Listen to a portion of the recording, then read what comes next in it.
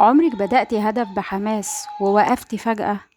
بدأتي دايت مثلا أو مذاكرة أو مشروع ووقفتي؟ طب سألتي نفسك ليه بتقفي؟ ليه بترجعي لنقطة الصفر تاني؟ عارفة ايه أكتر حاجة بتوجع؟ إنك تكوني بدأتي وحسيتي إنك خلاص قريبة جدا من هدفك وبعدين توقفي.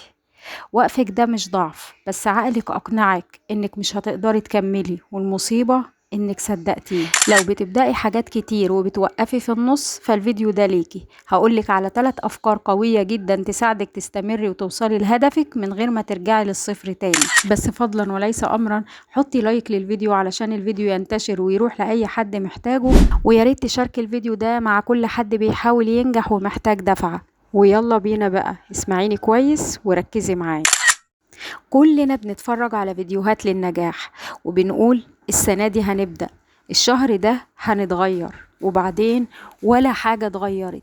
لأن التحفيز اللحظي مش بيكفي. احنا مش بنفشل علشان ضعاف، احنا بنفشل علشان ما عندناش نظام، ما عندناش خطة طوارئ، وعلشان بنستنى الدافع والحماس، وده أول فخ بيوقف أي حد. الناس اللي كملت ما كانتش متحمسة طول الوقت، بس كانت ملتزمة حتى وهي تعبانة وهي زهقانة، كانت بتقوم وتكمل. اللي بينجح مش المتحمس، اللي بينجح هو اللي اختار النظام مش الحماس، اللي فهم ان مفيش فارس هيجي ينقذه، وان هو بس الوحيد اللي يقدر يغير من نفسه كل يوم خطوة بخطوة لحد ما يوصل للهدف اللي هو عايزه. اسمعيني كويس علشان هقولك على أهم 3 أفكار هتساعدك تكملي، لأن حرفيا ال3 مفاتيح دول أي حد ناجح بيمشي عليهم. أول حاجة، لازم يكون عندي نظام ثابت مش مزاج. يعني مهما حصل في التزام، حتى لو مفيش مزاج اكتبي هدفك وثبتيه قدامك كل يوم، وقسمي الهدف ده لخطوات صغيرة جدا، وامشي واحدة واحدة. سامحي نفسك لما تقع وقومي تاني، بس ما توقفيش، اوعي توقفي. رقم 2، افهمي نفسك، انت بتضيعي وقتك فين، بتفصلي ازاي، بتقعي ازاي. كل ما فهمتي دماغك اكتر مشاعرك مش هتتحكم فيكي ابدا. رقم 3، دوري على هدف يخوفك. ايوه، هدف كبير يخضك بس يشدك تقومي كل يوم علشانه، كحافز يخليكي تشتغلي اكتر على نفسك وتلتزمي اكتر علشان تحصلي على هذا الهدف. مش المهم تبقى اسرع واحد، المهم تكوني اللي عمره ما وقف. الاستمرار هو اللي بيكسب في الاخر، الاستمرار.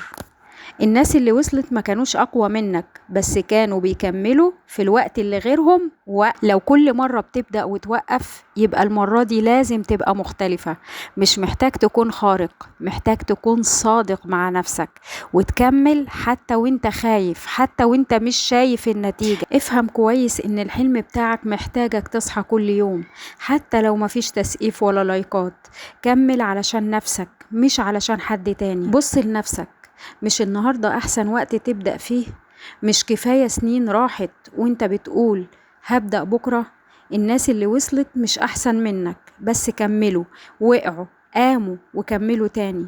فلو الفيديو ده لمسك، قوم دلوقتي، خد أول خطوة حتى لو صغيرة، وافتكر ان اللي بيكمل هو اللي بيكسب في الآخر. وأخيرا، قوليلنا في الكومنتات ايه الهدف اللي انت ناوية تكملي فيه، ولو الفيديو لمسك شاركيه مع حد بيحاول علشان يكمل هو كمان.